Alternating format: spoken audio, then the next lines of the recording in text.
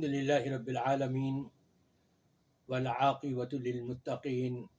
والصلاة والسلام علی اشرف الانبیاء والمرسلین۔ اس میں شک نہیں کہ اس کائنات کا پالنے والا، پالن ہار رب العالمین، وہ اپنے ساری مخلوقات کے اوپر بڑا ہی مہربان ہے۔ اتنی مہربانیاں کہ اس نے رحم کے 100 حصے بنائے، رحمت کے 100 حصے، ایک حصہ پوری مخلوقات میں تقسیم کر دیا ان کے درمیان، اور 99 حصے رحمت کے اپنے پاس رکھے۔ کتنا بڑا رحمان و رحیم ہے وہ ذات اقدس۔ اس کی رحیمی اور کریمی دیکھیں ذرا۔ عمل تھوڑا سا مطلوب ہے اس کے نزدیک، لیکن اجر و ثواب کے حساب سے بھرمار۔ اتنا اجر و ثواب، اتنا اجر و ثواب کہ آپ حیران ہو جائیں سن کے۔ رمضان المبارک کے مہینے کے روزے آپ نے رکھ لیے، اللہ تبارک و تعالی قبول فرمائے، اور جو کچھ اس میں کوتاہیاں ہو گئیں اللہ تعالیٰ اس سے درگزر فرمائے۔ لیکن یہ بتا دیا کہ شوال کے مہینے میں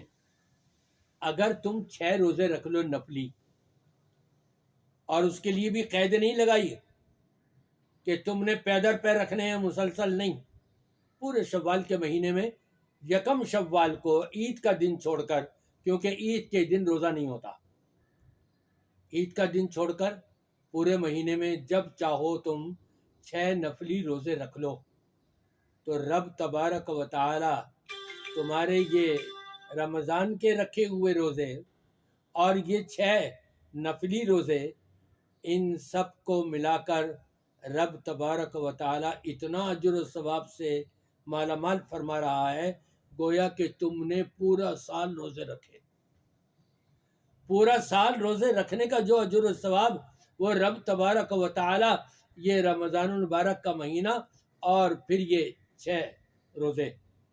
اس کے بدلے میں اتنی مہربانی، اتنی عنایت، اتنا کرم اور اتنا فضل اس کا،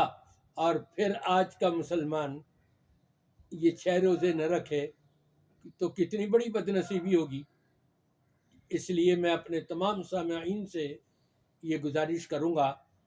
کہ یہ موقع ہاتھ سے نہ جانے دیں۔ شوال کا مہینہ ختم ہو گیا تو یہ اجر و ثواب والا عمل بھی ختم، لہٰذا شوال کا مہینہ ختم ہونے سے پہلے پہلے آپ کم از کم 6 روزے نفلی رکھ لیں، انشاءاللہ تعالی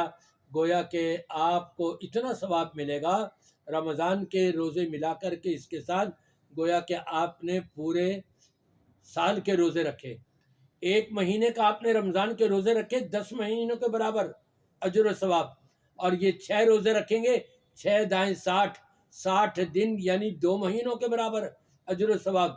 تو گویا کہ آپ نے جیسے پورے سال کے روزے رکھ لیے، اتنا اجر و ثواب رب تبارک و تعالی آپ کو عنایت فرمائے گا انشاءاللہ تعالی۔